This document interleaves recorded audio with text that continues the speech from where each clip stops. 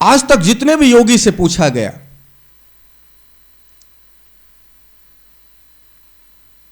हे गुरुदेव, ऐसा क्या कारण है कि आपको ज्ञान की प्राप्ति हो गई और दूसरे को नहीं हो पाता है?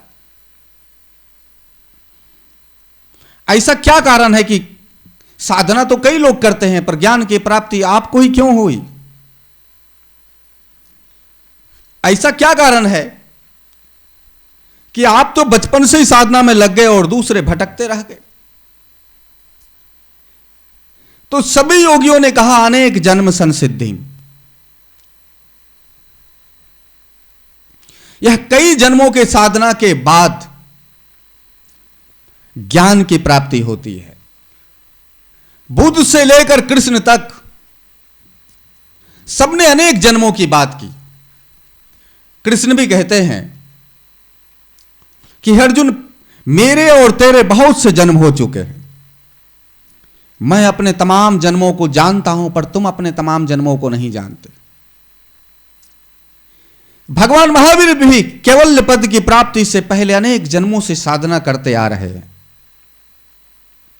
भगवान बुद्ध भी कई जन्मों के साधना के विषय में कहते हैं और अपने कई शिष्यों के विषय में भी बुद्ध कहते हैं कि ये भी कई जन्मों से साधना करता आ रहा है, अब ये उसकी आखिरी जन्म। तो जिस भी योगी से पूछा गया, जिस भी ज्ञानी से पूछा गया, तो उन सब ने एक जैसा ही कहा कि कई जन्मों के तप तपस्या के बाद, साधना के बाद इस जन्म में ज्ञान की प्राप्ति हुई। तो ये बात हो गई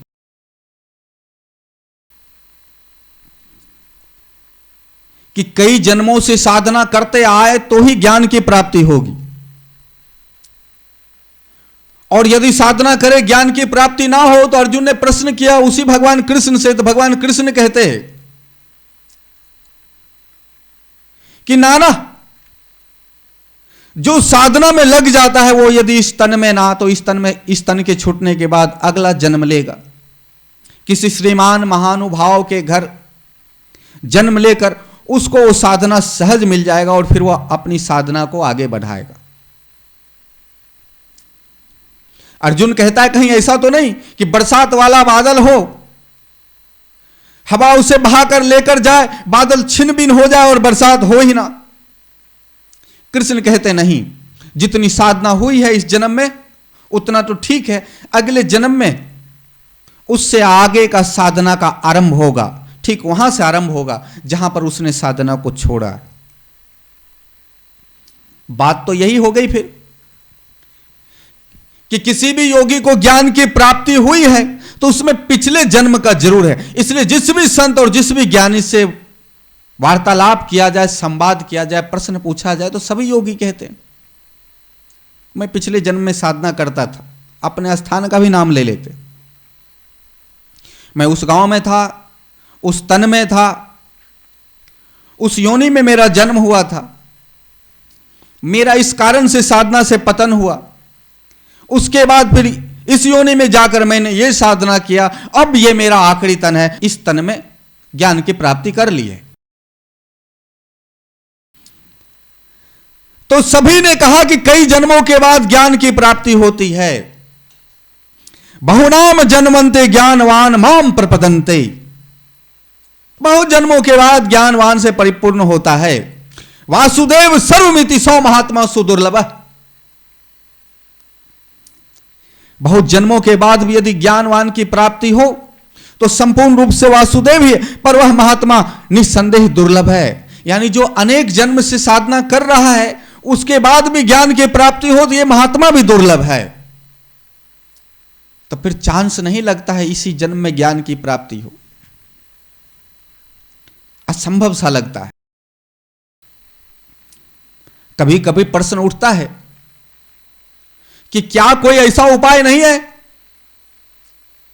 किसी जन्म में एक ही तन में ज्ञान की प्राप्ति हो जाए, अनेक जन्म संसिद्धि में अनेक जन्मों का क्या भरोसा है, ये तन छूट जाए और ज्ञान वगैरह ही छूट जाए, पता नहीं किस योनि में जन्म ले।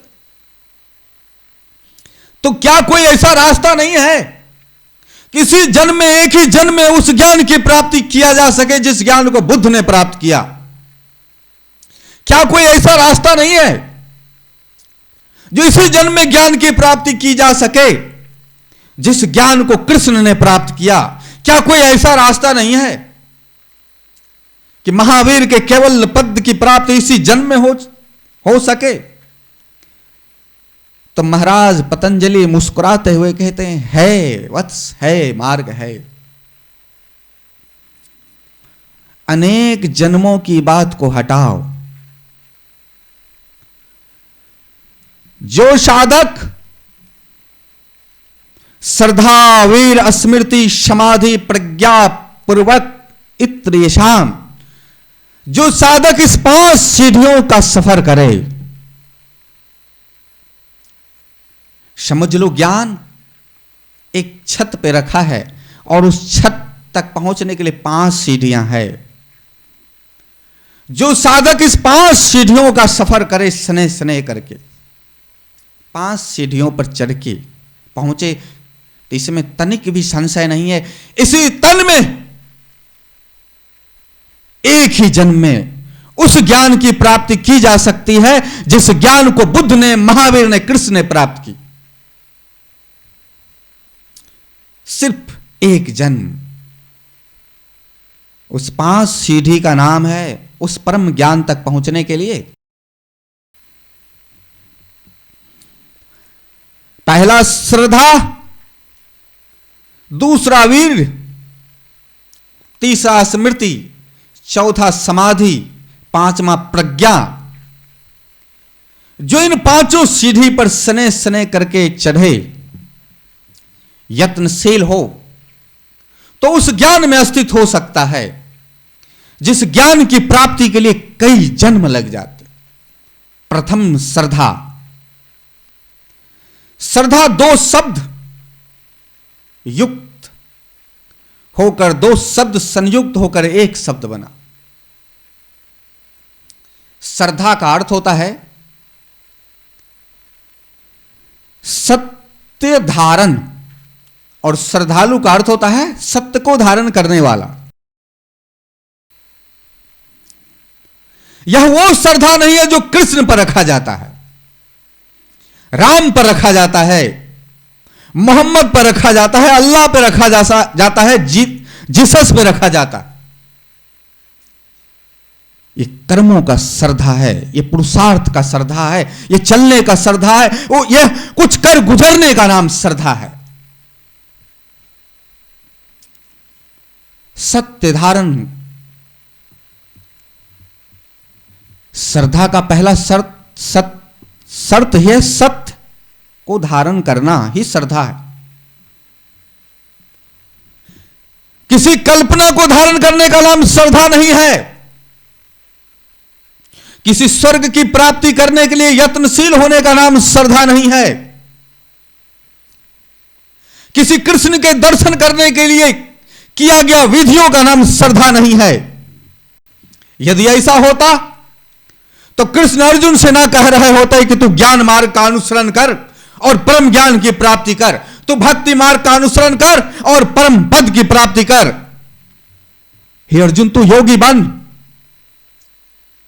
कृष्ण ऐसा कह रहे होते तो अर्जुन कह देता किस लिए?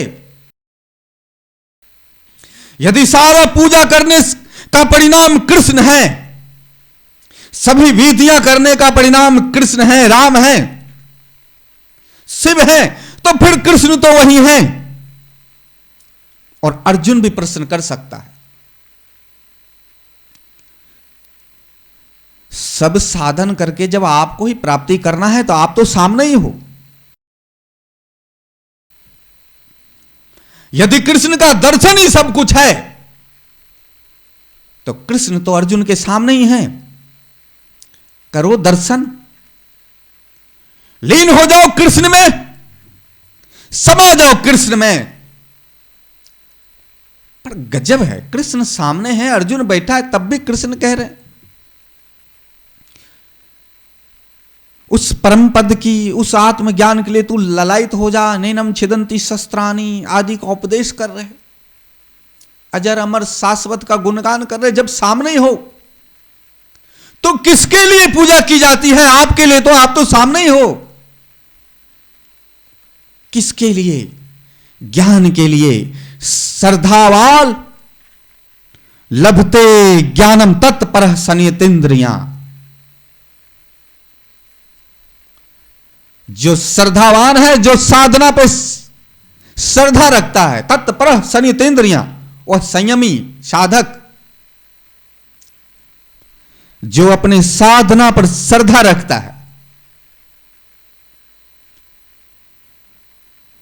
ज्ञानम लब्ध्वा परम शांति मचिरेनाधिगच्छति, वही श्रद्धावान ज्ञान की प्राप्ति करता है। ज्ञानम लब्ध्वा परम शांति, और ज्ञान प्राप्ति करने के बाद परम शांति यानी आत्म पद में स्थित होता है, ब्रह्म ज्ञान की प्राप्ति होती है।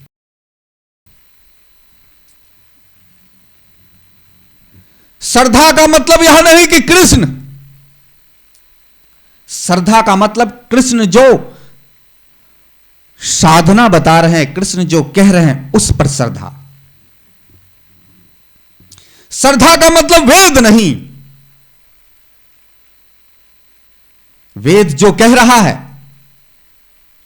और उस मार्ग का अनुसरण करके ब्रह्म ज्ञान की प्राप्ति की जा सके, ज्ञान की प्राप्ति की जा सके, सत्य को जाना जा सके, उस पर श्रद्धा। किताबों का क्या है? कागज का टुकड़ा, कागज के टुकड़े पर क्या श्रद्धा? कुरान पर क्या श्रद्धा?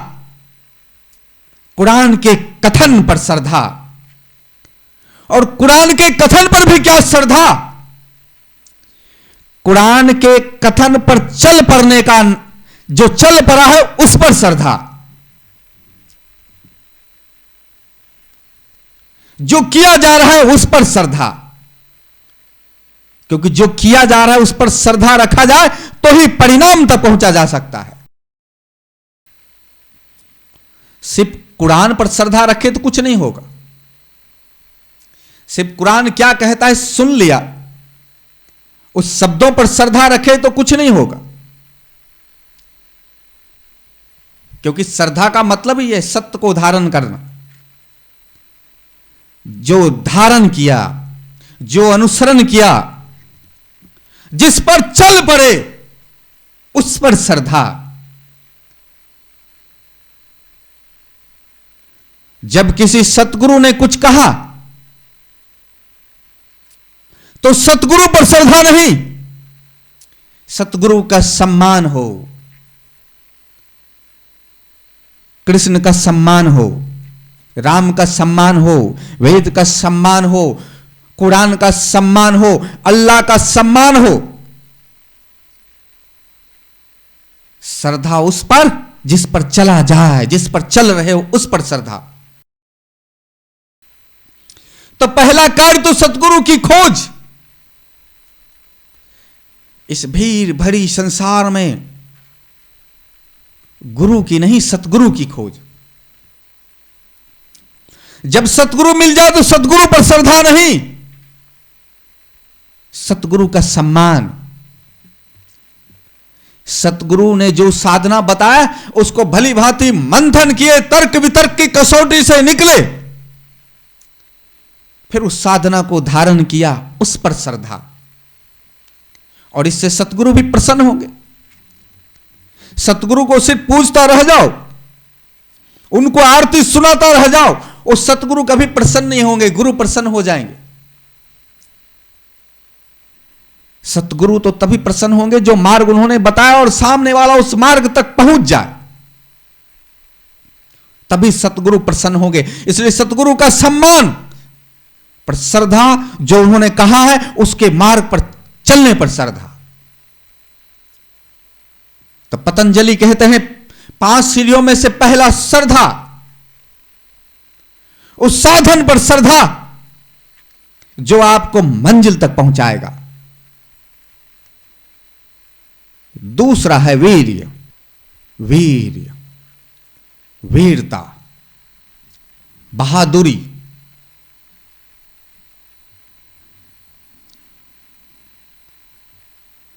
किसी का सिर काट देने का नाम बहादुरी नहीं है। किसी को गुलाम बनाने का नाम बहादुरी नहीं है। बहादुर वो है जो सत्य के मार्ग पर चल पड़ते हैं, वह वीर है, वही बहादुर है। जो अपने इंद्रियां को संयमित रखते हैं, जो अपने मन को अपने अनुसार चलाते हैं, वही वीर है। कबीरदास कहते हैं, कामी क्रोधी लालची इनसे भजन न होय, भजन करे कोई सूरमा जात पात वर्ण सब खोए। एक कामी, काम के पीछे भागने वाला, लोभी, लालची, क्रोधी, ये सब मोह माया के पीछे भागने वाला, ये क्या साधना कर पाएगा? ऐसे लोगों के लिए तो मंदिर ही ठीक है। ऐसे लोग मस्जिद और मंदिर का ही चक्कर लगाते रहते हैं। इनको भगवान नहीं चाहिए, इनको भगवान से चाहिए। भगवान को क्या करेंगे? क्या करेंगे? कृष्ण कन्हैया का अचार बनाएंगे? अरे आप भगवान हो, समर्थवान हो, तो आप मुझे कुछ दे दो। आप भोलेनाथ हो, इतनी पूजा पाठ करता, फिर भी कुछ नहीं करते। यदि वो देता रहे कुछ, तब तक तो भगवान। अब कुछ ना दे तो कहता है पूजा पाठ करके देख लिया, कुछ नहीं है। सही सब कहते हैं, भगवान भगवान इस संसार में कुछ नहीं। और जब कुछ दे रहा हो तब भगवान है, और कोई आके कह दे भगवान नहीं है तो उसका सिर तोड़ने के लिए चल पड़ता है। क्या बात कहते, भगवान नहीं है? मेरा अनुभव है, मेरे पास कुछ नहीं था, दिया तब भगवान है। कामी क्रोधी लालची इनसे भजन ना हो, ये सब भजन नहीं करेंगे, ये सब साधना नहीं कर सकते। साधक तो वह होता है जात पात वर्ण सब खोए, जो सब कुछ तिलंजलि तिरोहित कर दे, जो सब कुछ अपने साधना में ही भस्म कर दे। एक लक्ष्य, अर्जुन की तरह। जब उसके गुरुदेव पूछते हैं अर्जुन क्या दिखता है, तो बोलते हैं पंछी की आंखें। और कुछ दिखता है तो बोलता है इसके अतिरिक्त तो मुझे और कुछ नहीं दिखता। तो जो साधक इसी जन्म में उस परम पद की प्राप्ति चाहता है, उसका लक्ष्य अर्जुन की तरह अडिग होना चाहिए।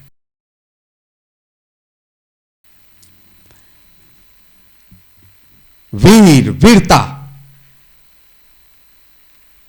सिर्फ श्रद्धा रख लिया साधना पे, समझ लिए साधना को, तो काम नहीं चलेगा। साधक साधना पर तभी चल सकता है जब उसके अंदर वीरता हो, साहस हो, बहादुर हो। सिर्फ सोचता भर रह जाए तो ना काम चलेगा, सिर्फ टल पर टालता चला जाए तो ना काम चलेगा।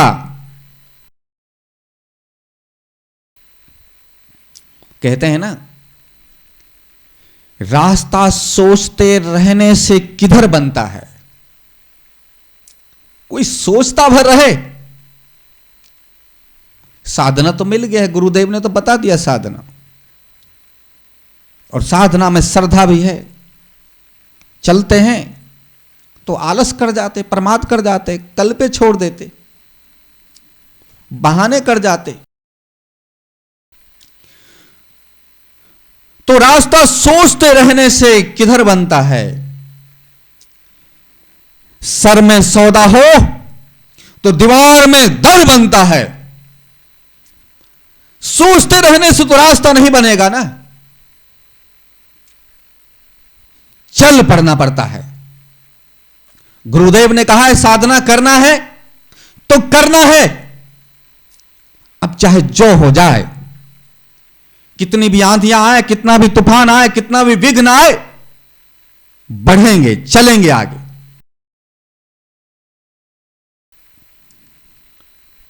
फिर कहीं किसी के पास भटकने को नहीं जाएंगे। कभी कभी कोई कहता है कि तुम्हें साधना करने की जरूरत नहीं, गुरुदेव है ना, वो संभाल लेंगे। कमाल है, श्रद्धा आप रखते हो साधना पर, वीरता नहीं दिखाते हो। कमाल है, बहाने करते हो और नकली गुरु के झांसे में आ जाते हो। आपका गुरु कहता है कि आपके बदले मैं जप करूंगा, आपका गुरु कहता है आपके बदले मैं भजन कर लूंगा, और आप अपना माला गुरु के हाथ में दे देते हो और आप मान लेते हो गुरु भजन करेगा। यह मार्ग ऐसा है जिसमें से सबको स्वयं गुजरना पड़ता है। यह ऐसी प्यास है, दूसरे के पिए प्यास नहीं बुझती है, आपको स्वयं पीना होगा। ना हम सफर, ना कहीं हम नसी से निकलेगा, हमारे पांव का कांटा तो हम ही से निकलेगा।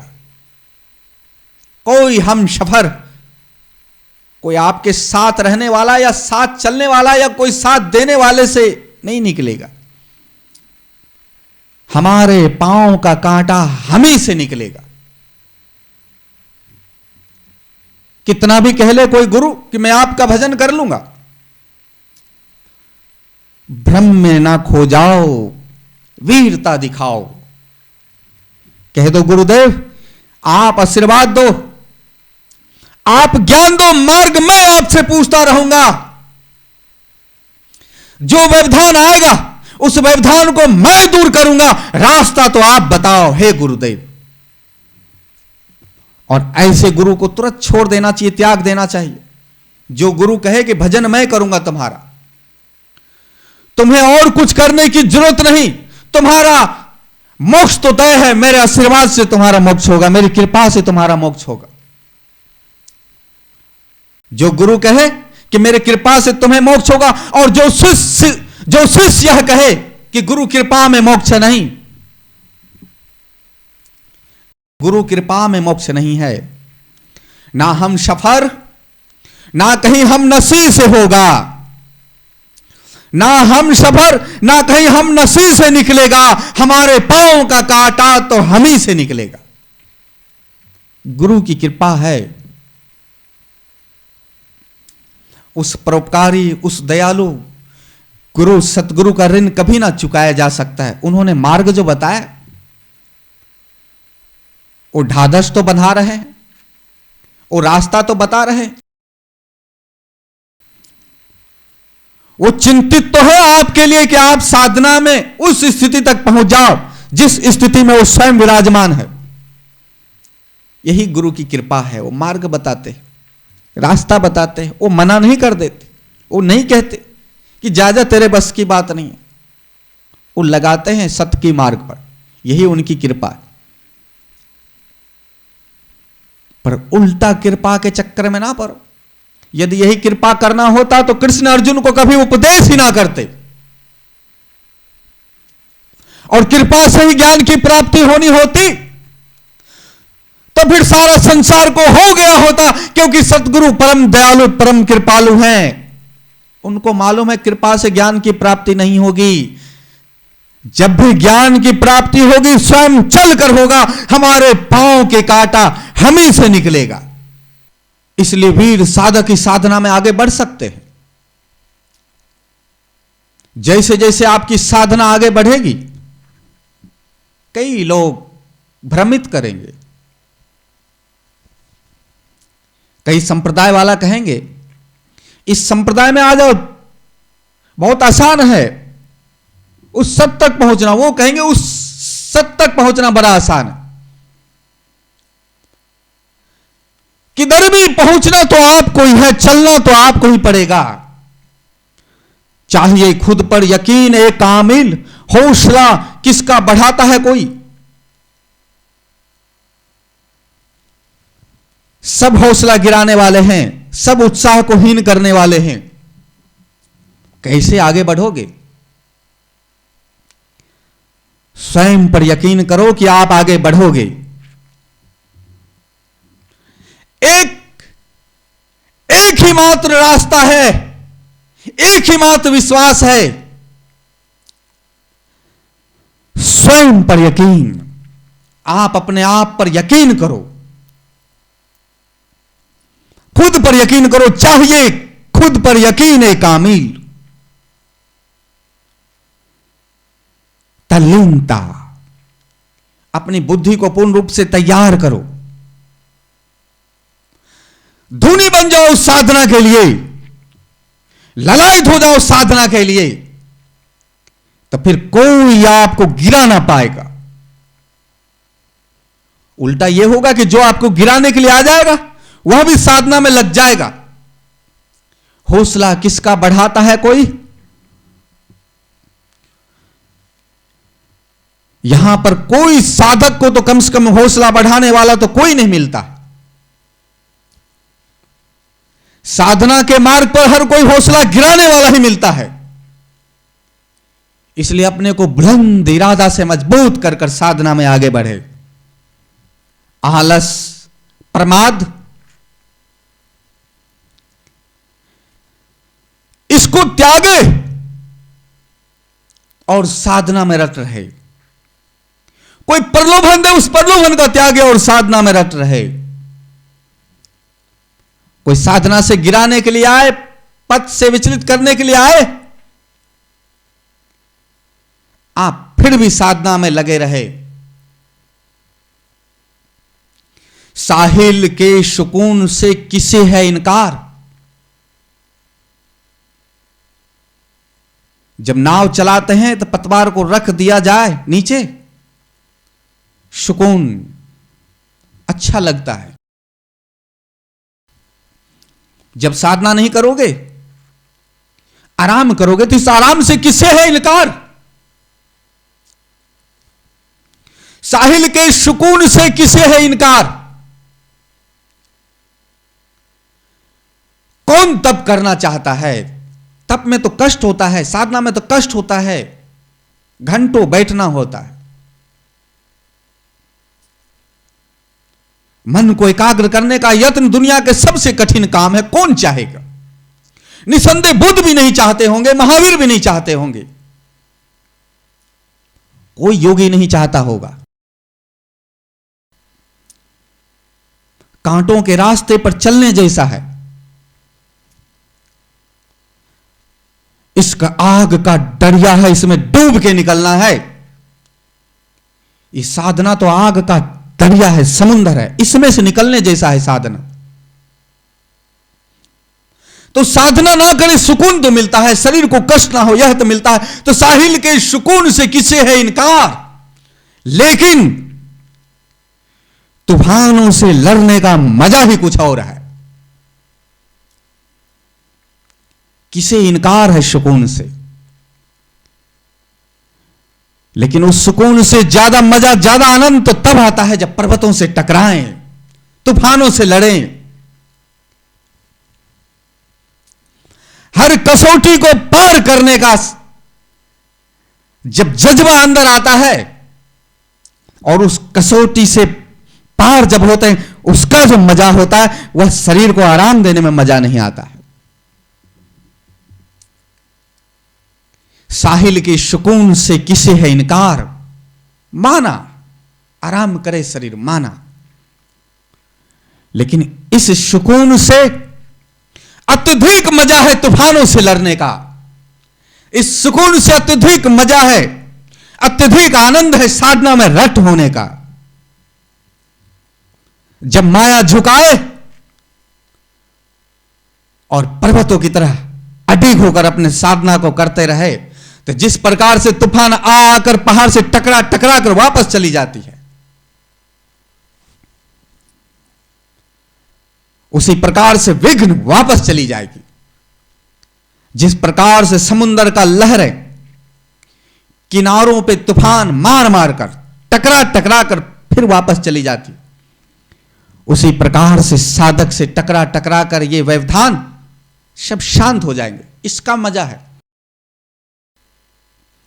पता है शरीर को आराम करे, शरीर को छोड़ दे, सुकून का पता है। पर जब साधना करे और साधना में विघ्न आए, उस विघ्न को भी दूर करने का नाम ही वीरता और बहादुर है। उस विघ्न रूपी तूफानों से टकराने का मजा ही कुछ और है। यदि उस विघ्न से घबरा गए, कल पर छोड़ दिया साधना, चलो आज हो गया कल कर लेते, सब दिन करना थोड़ी जरूरी है।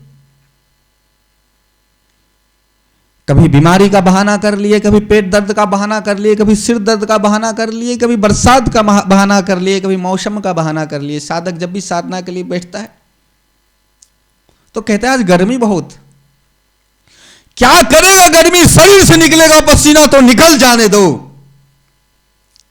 कहेगा आज ठंड बहुत, क्या करेगा ये ठंड, शरीर जमता है तो जम जाने दो। क्या करेगा बरसात, शरीर भीगता है तो भीग जाने दो। पर कहते हैं ना, मेरे टूटे हौसलों के पर निकलते देखकर, जब भी आपका साधना में हौसला टूटा, जब भी साधना को आपने टालने की कोशिश की, उसने दीवारों को अपनी और ऊंचा कर दिया। तो मेरे टूटे हौसलों के पर निकलते देखकर, जैसे ही आपके टूटे हौसला निकला, आपका ये टूटा हौसला का पर जैसे ही निकला, उसने दीवारों को अपनी और ऊंचा कर दिया। यानी और आलस आ जाएगा, और तंद्रा आ जाएगा, और घेरावा आ जाएगा, और विघ्न आ जाएगी। क्योंकि कल तो फिर आ जाएगा, कल फिर सिर दुखेगा, कल फिर बरसात होंगी, कल फिर मौसम बदलेगा। इसलिए पतंजलि कहते हैं वीरता। कहीं ऐसा ना हो कि मेरे टूटे हौसलों के पर निकलते देखकर ये माया और अपनी दीवार ऊंची कर दे। कर ले ऊंची, जितनी दीवार ऊंची करना हो, हौसले के पर को टूटने ही ना देंगे। मंजिलें लाख कठिन आए तो गुजर जाऊंगा, मेरा हौसला टूट जाए तो मैं मर जाऊंगा। चले थे जो साथ मेरे, कहां है वो लोग, चले थे मेरे साथ जो, कहां है वो लोग। कहते थे कि रास्ते में मैं बिखर जाऊंगा। कई लोग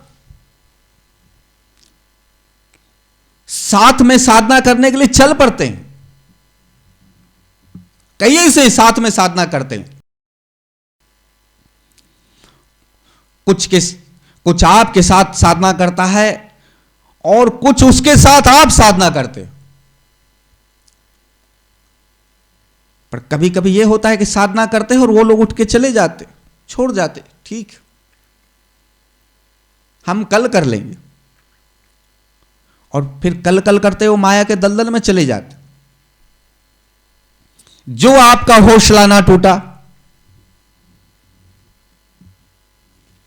जो आप पीछे ना हटे, तो फिर बराबर आप आगे बढ़ते रहे। बुद्ध के साथ कई साधक साधना कर रहे थे,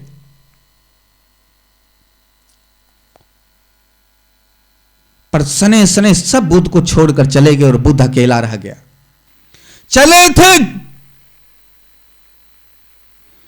थे मेरे साथ जो, चले थे मेरे साथ जो, वो कहां हैं लोग।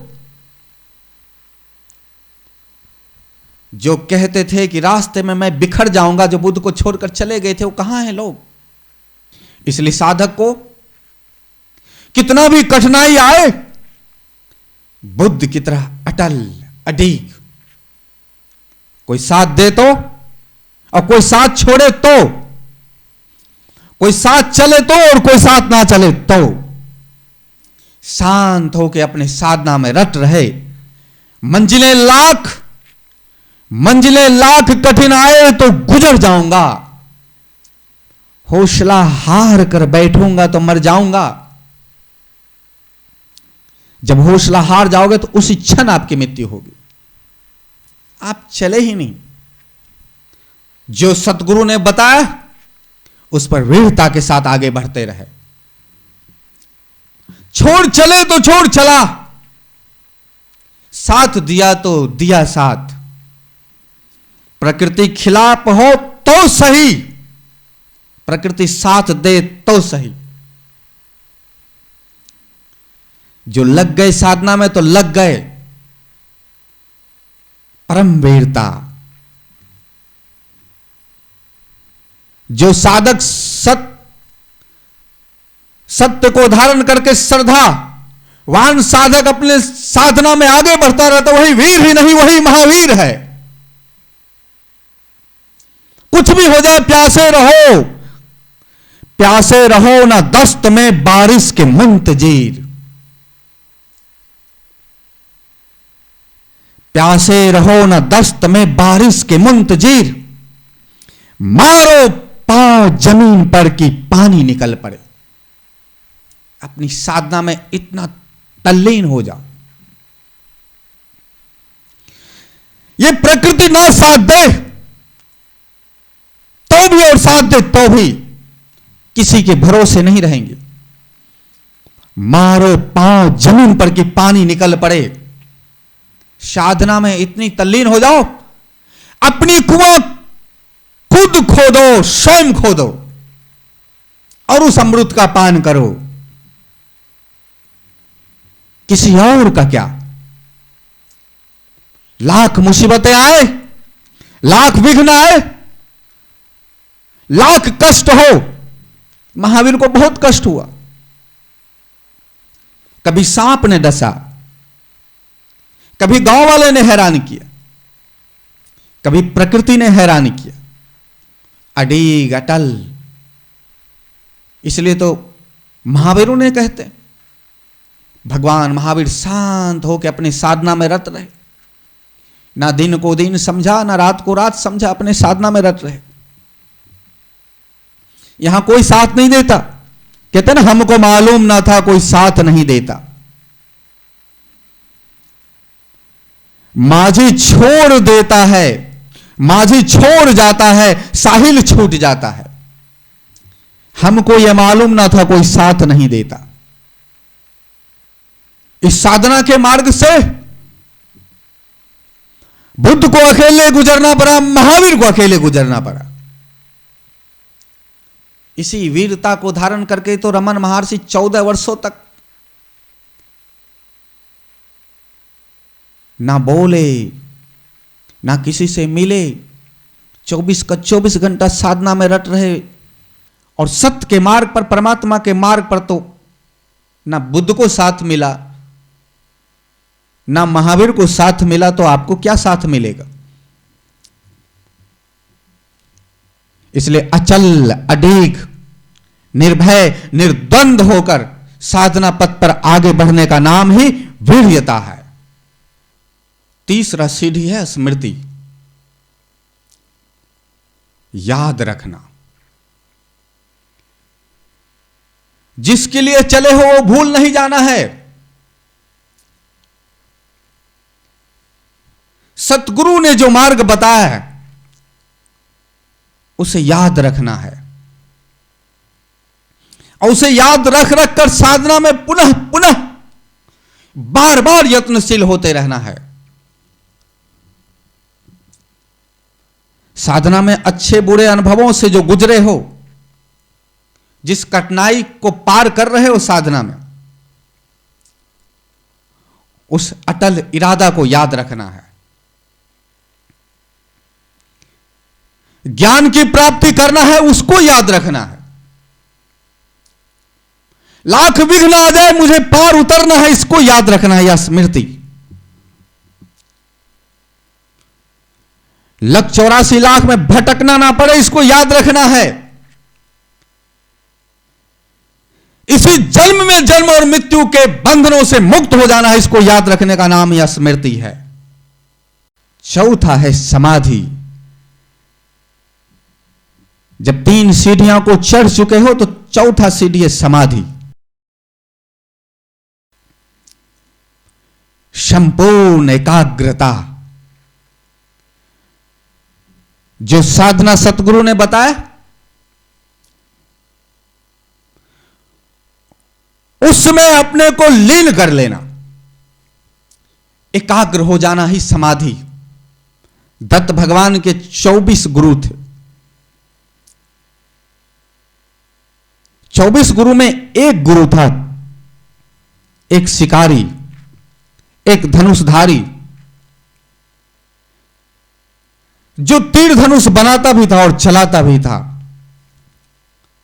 दत्त भगवान को ध्यान नहीं लगता था, बहुत यत्न करते थे, एकाग्र नहीं हो पाता था। एक बार दत्त भगवान किसी गांव से निकल रहे थे, तो उस गांव के चौपाल में, चौराहे पर एक तीर धनुष बनाने वाला कारीगर अपनी तीर को बना रहा है, अपनी धनुष को बना रहा है। और उसके सामने से जब वो धनुष बना रहा होता है, तीर बना रहा होता है, ठीक उसके सामने से हजारों सैनिक निकल गए आगे से, ढोल नगारे बजाते हुए राजा आगे से निकल गया। नाचगान विजय पटाखा लहराते हुए एक राजा का पूरा काफिला सामने से निकल गया। पर वो जो तीरंदाज था, वो जो धनुष बनाने वाला था, अपने तीर को बनाने में ही लगा हुआ था। दत्त भगवान उससे पूछे कि भाई, यहां से अभी अभी राजा का काफिला निकला है। उस तीरंदाज ने, तीर बनाने वाले ने, तीर चलाने वाले ने, धनुषधारी ने, उस कारीगर ने कहा, क्या बात करते हो, मैं तो तीर बनाने में लगा हुआ था, मुझे नहीं पता। दत्त भगवान ने तभी गुरु बना लिया। यानी एकाग्रता ऐसी हो, सतगुरु ने जो साधना बताया उसमें मन इस प्रकार से एकाग्र हो जाए कि ध्याता धैर्य ध्यान तीनों एक हो जाए। और जिसका ध्याता धैर्य ध्यान तीनों एक हो गया, उसी का नाम समाधि है। जो समाधि में स्थित हो गया वह ज्ञान की प्राप्ति कर लेगा। इसलिए बोलता है प्रज्ञा पूर्वक वो ज्ञान की प्राप्ति कर लेगा। इसलिए कृष्ण कहते हैं ना, ज्ञानम लब्ध्वा परम शांतिम मचिरेनाधिगच्छति। वो ब्रह्म स्थित हो गया। एक एक सीढ़ी को चढ़ता जाए, पहले श्रद्धा की सीढ़ी को पर चढ़े, फिर वीरता की सीढ़ी पर चले, फिर स्मृति की सीढ़ी पर चढ़े, और फिर समाधि ध्यान का एकाग्रता में लीन होकर समाधि में स्थिति को प्राप्त करे। और जैसे समाधि में गया तो उसे ज्ञान की प्राप्ति होगी, और जैसे ज्ञान की प्राप्ति होगी वह ब्रह्म स्थित हो जाएगा।